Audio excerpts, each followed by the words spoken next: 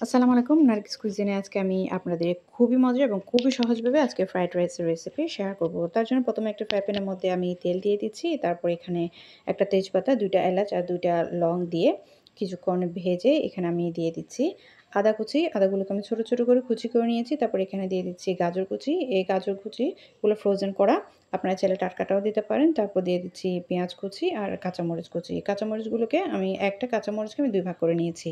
আপনারা চাইলে ছোট, ছোট করে কুচি করে নিতে পারেন। এখন এই সবগুলো একসাথে খুব ভালো করে নেড়ে-চেড়ে আমি ৪ থেকে ৫ মিনিটের মতো করে ফ্রাই করে নিচ্ছি। যখন ফ্রাই করে নেওয়া হয়ে যাবে তার মধ্যে এখানে আমি অন্যান্য উপকরণগুলো দিয়ে দিব। এখানে আমি দিয়ে দিচ্ছি হলুদের গুঁড়ো ১/২ চা চামচের মতো। তারপরে দিয়ে দিব গোলমরিচের গুঁড়া ১/২ চা চামচ। তারপরে দিয়ে দিচ্ছি একটা ম্যাজিক মশলা আমি পুরোটা প্যাকেট এখানে দিয়ে দিচ্ছি। তারপর স্বাদ মতো লবণ দিয়ে দিচ্ছি। তারপর লাল মরিচের গুঁড়া দিয়ে দিচ্ছি ১ চা চামচ। দিয়ে সব একসাথে খুব ভালো করে নেড়ে ছেড়ে মিশিয়ে নিতে হবে। নেড়ে ছেড়ে এখানে ম্যাজিক মশলাটা ব্যবহার করলে এই ফ্রাইড রাইসের স্বাদটা আরও দ্বিগুণ হবে।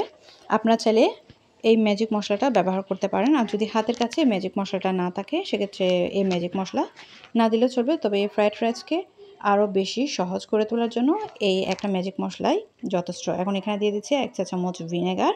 ভিনেগার না থাকলে লেবুর রসও দেওয়া যাবে। তারপর ২ চা চামচের মতো টমেটো সস আর ১ চা চামচ ডার্ক সয়া সস দিয়ে দিচ্ছি। দিয়ে সব একসাথে খুব ভালো করে নেড়ে ছেড়ে মিশিয়ে নিচ্ছি। মিশিয়ে নেওয়ার পরে এখানে আমি রান্না করা ভাত দিয়ে দিচ্ছি।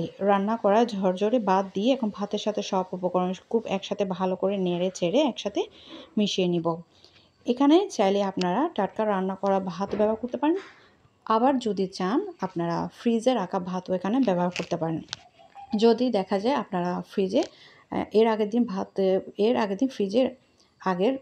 আগের ভাত ফ্রিজে রাখা আছে, সেক্ষেত্রে আগের রাতের ভাত আপনার ফ্রিজ থেকে বের করে হাতের সাহায্যে একটু ঝরঝরে করে নেবেন। তারপর এভাবে এরকম মশলার সাথে খুব ভালো করে নেড়ে ছেড়ে মিশিয়ে নেবেন। তারপর মিশিয়ে নেওয়ার পরে সাইড থেকে অল্প একটু পানি ছড়িয়ে দিয়ে ঢাকনা দিয়ে ঢেকে চুলা আঁচটা একদম লোতে রেখে ১০ মিনিটের মতো করে আপনারা এটাকে দমে রেখে দিবেন। এতে হয়ে যাবে। যদি এই ভাতটা আগেই ফ্রিজে রাখা ঠান্ডা ভাত হয়ে থাকে সেক্ষেত্রে আপনারা পানি ছিটা দিয়ে এভাবে দমে রেখে দিতে পারেন। নেড়ে চেড়ে এখন সব একসাথে ভাতের সাথে আমি মিশিয়ে নিচ্ছি।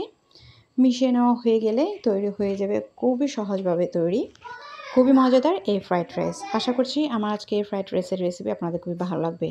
অনেক সময় দেখা যায় ঘরে কিছু রান্না করতে ইচ্ছা করছে না বা এমন ভাত আছে এবং কোনো কিছুই নেই এবং কিছু রান্না করতে ইচ্ছা করছে না, সেক্ষেত্রে এই রান্না করা ভাত দিয়ে আপনারা খুব সহজভাবে ঝটপট এই ফ্রাইড রাইসটা তৈরি করে নিতে পারেন। এই ফ্রাইড রাইসটা এমনি খেতেই খুবই সুস্বাদু লাগে।